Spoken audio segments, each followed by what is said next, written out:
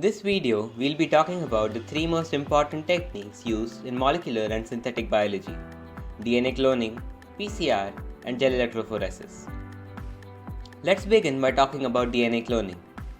DNA cloning refers to a molecular biology technique which is used for the creation of exact copies or clones of a particular gene or DNA. In this technique, the selected DNA fragment is inserted into a plasmid using restriction enzymes and DNA ligases.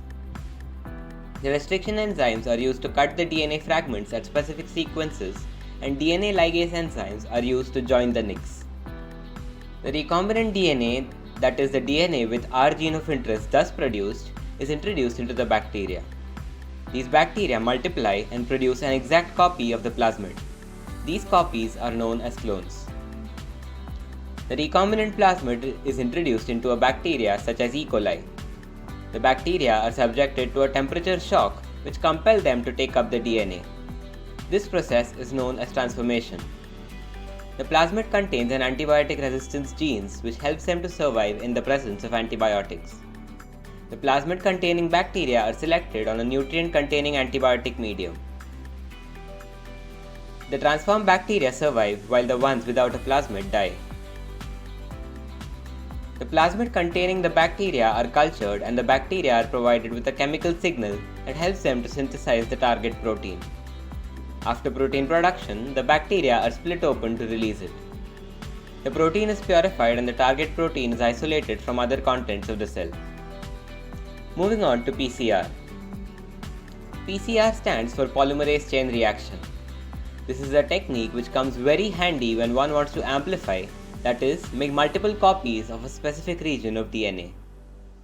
PCR was first developed in 1983 by Kary Mullis, and he was awarded the Nobel Prize for developing this technique. PCR is frequently used in molecular biology to make several copies of a sequence of DNA. The purpose behind using PCR is to produce a large number of DNA copies. Therefore, template DNA molecules are the first essential component of the whole process. Primers play a vital role in PCR. Primers are short oligonucleotide sequences that bind with the template DNA. The reaction mixture of PCR also contains 4-deoxyribonucleotide triphosphates, or DNTPs, which are used in polymerization of the DNA fragment.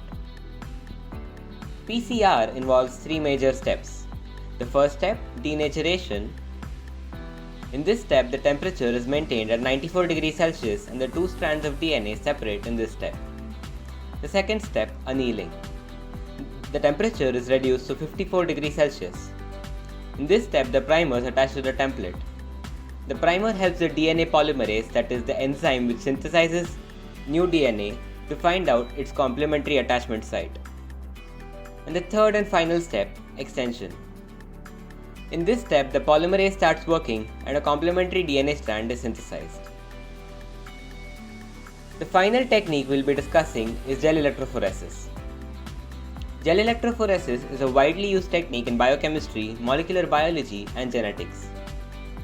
This technique is used to separate a population of macromolecules such as DNA, RNA, or proteins which are mixed together. Agarose, the main component of the gel, is extracted from a seaweed. It forms a gel matrix by hydrogen bonding when heated in a buffer and then allowed to cool. Gel electrophoresis largely depends on the size of the molecules present. Initially, the sample is pipetted into small wells, which is followed by applying electric current at the negative end. The fragments with small molecular size move fast, and those with large size face difficulty in moving through the gel. DNA is visualized by adding ethidium bromide. DNA fragments take up the dye as they migrate through the gel. Illumination with UV light causes the intercalated dye to fluoresce.